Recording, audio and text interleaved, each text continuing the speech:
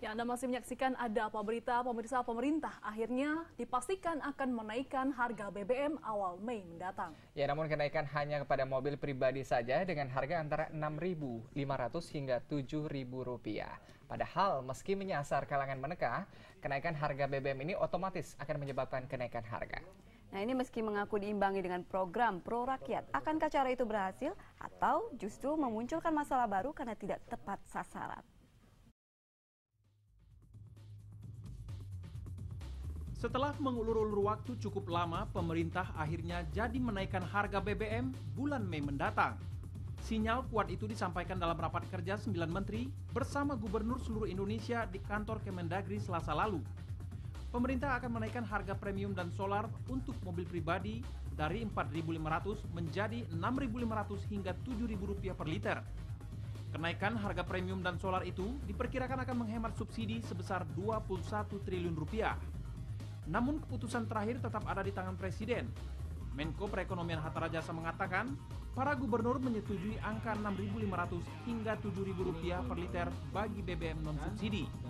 Daerah juga akan menyiapkan SPBU khusus untuk BBM bersubsidi dan non-subsidi.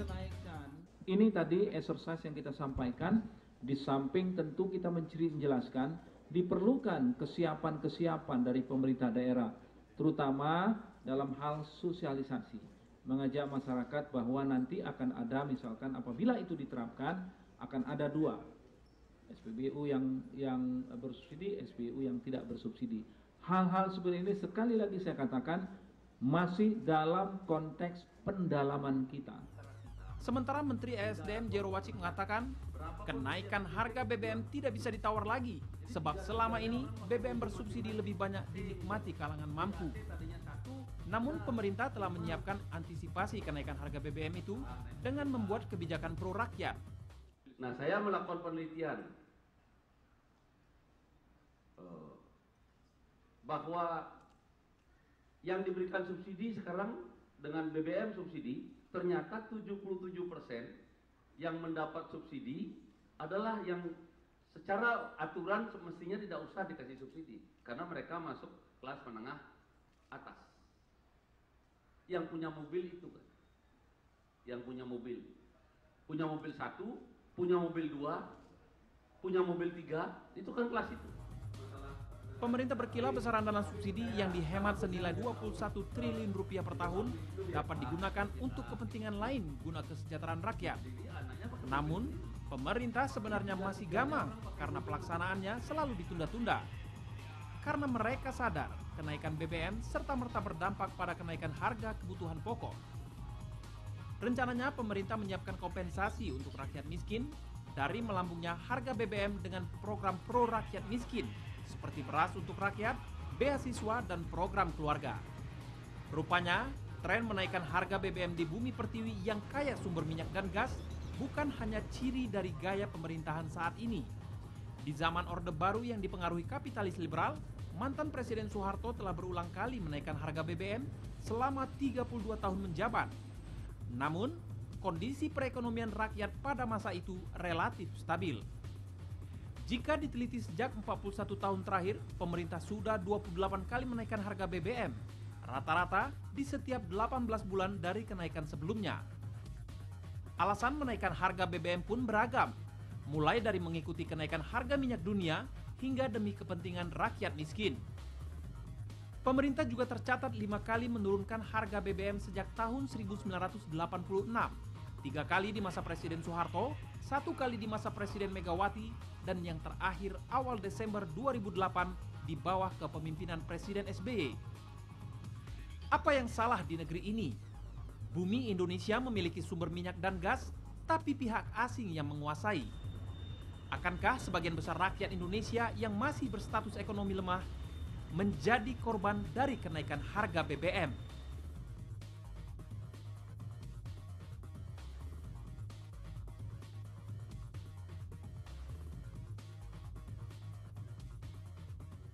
Galang rambut anarki, ingatlah tangisan pertamamu, ditandai BBM membumbung tinggi, BBM naik tinggi, susu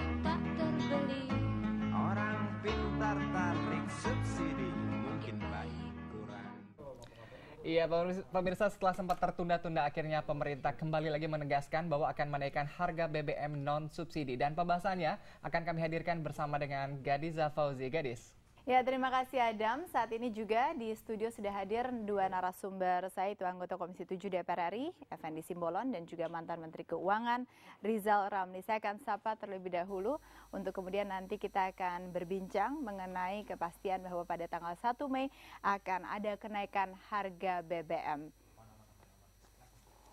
Baik, selamat malam Pak Effendi, selamat malam juga Pak Rizal. Oke, saya ke Pak Effendi terlebih dahulu. DPR sudah setujukah artinya dengan kenaikan harga BBM 1 Mei ini? Secara formal belum pernah ya disampaikan seperti apa pengajuan, karena kalau berdasarkan undang-undang penetapan harga baik kuota dan distribusi itu kan oleh pemerintah dengan persetujuan DPR, sehingga ada pergeseran harga ya tentu harus diajukan oleh Presiden, oleh pemerintah kepada DPR. Kami sekarang sampai tanggal 15 kan reses. Jadi, artinya melanggar aturan dan tidak sah kalau ya sampai kita dinaikkan. Juga belum tahu apakah ini kan, kita tidak tahu gaya kepemimpinan SBY apa ini hanya sekedar melempar wacana gitu ya. Ya apakah sangat serius? Ya saya kira kita lihat saja nanti. Yang penting bahwa prosedurnya penetapan itu oleh pemerintah dengan persetujuan DPR. Oke, Pak Rizal, Anda sendiri melihat bagaimana sikap yang sudah diambil oleh pemerintah bahwa mereka berencana untuk menaikkan harga BBM ini? Gadis, saya kira mesti kita jelaskan dulu apa yang dimaksud dengan subsidi. Kalau subsidi betul-betul buat rakyat, mungkin bagus. Tapi dalam prakteknya yang namanya subsidi sebetulnya sebagian besar itu adalah biaya KKN, biaya ketidakefisienan di sektor energi, dan yang ketiga, biaya salah langkah. Saya berikan contoh, setiap Indonesia import BBM, mafia migas terima pendapatan hampir 1 miliar dolar atau 10 triliun, setengah dari nilai subsidi yang ingin dicabut. Nah, mafia migas ini menyetor ke Istana Hitam. Dan menurut saya, sama sekali tidak bermoral, sama sekali tidak betul jika mereka yang terima setoran dari mafia migas ini memutuskan untuk menaikkan harga BBM.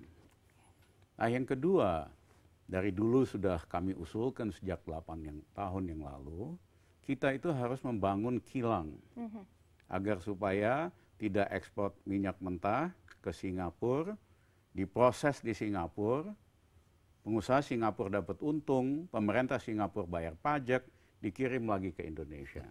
Nah, seandainya kita lakukan bangun kilang, dan itu hanya butuh waktu 2 tahun, biaya untuk menghasilkan BBM, premium, minyak tanah, solar, itu akan drop 50%-nya. Pertanyaannya, kenapa pemerintah ini berulang-ulang mengatakan ingin membangun kilang, tapi tidak pernah terlaksana? Padahal hanya butuh waktu 2 tahun. Oke. Dari koordinasi yang sudah dilakukan antara DPR dan juga pemerintah, apa sih Pak sebenarnya yang menjadi kendala? Seringkali dikatakan biaya, tapi apakah kita harus mentok dalam masalah biaya ini? Untuk pembangunan kilang? Iya, membangun kilang, ini bicara di dalam negeri. Soal lain ya? Iya. Ini soal ketahanan energi ya maksud Pak Menko ini, Pak Capres.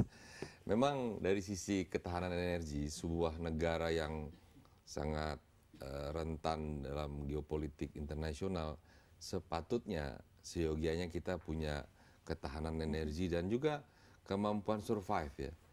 Kita kan tergantungan kepada refinery di Singapura luar biasa. Ya, kita lihat Singapura membangun di atas 3 juta kiloliter. Untuk apa gitu? Sementara dia mengkonsumsi hanya di bawah 500.000. Artinya kan kalau dibandingkan dengan konsumsi Indonesia dan kemampuan kilang kita ini kan semua dibangun eranya Pak Harto. Belum ada yang baru begitu ya? Ya, bahkan pada saat Pak Rizal juga menjabat Menko mungkin terlambat ya. Rizal Ramli hanya kuasa 1,5 tahun. Rizal Ramli hanya berkuasa. Andai kan ada kilang-kilang baru ya di Bojonegoro atau di mana, itu kan artinya kita setara saja dengan konsumsi dalam negeri ya, 1,8 atau 2 juta. Maka yang dimaksud oleh beliau tadi ada balance kemampuan kita untuk survive ya dari kilangnya sendiri. Tapi tidak dioptimalkan. Begitu. Tidak dibangun. Tidak dibangun. Jadi 8 tahun lebih Pak SBY berkuasa tidak memanfaat. Tapi saya lihat Pak Rizal ini lebih kepada keinginan daripada memang negara-negara yang berkuasa di dunia itu untuk tidak kita membuat kilang sendiri. Bahkan membangun tangki pun tidak. Jadi jangankan kilang Pak, tangki pun tidak. Jadi semua kita tergantung pada tangki yang ada di Singapura. Bahkan Singapura membangun tangki di bawah submarine ya, di bawah laut. Jadi untuk konsumsi supply kepada Indonesia. Itu di satu sisi soal ketahanan energinya. Baik, kita akan lanjutkan lagi utamanya mengenai subsidi, apa yang bisa dilakukan sehingga masyarakat bisa merasakan bahwa kebijakan ini adalah pro kepada mereka, tidak hanya kepada pemerintah. Baik, kita akan lanjutkan lagi dan pemirsa tetap bersama kami. Kami juga membuka dialog interaktif dalam dialog ini di nomor yang nanti tentu akan tertera kembali di layar. Tetap bersama kami di JAK TV.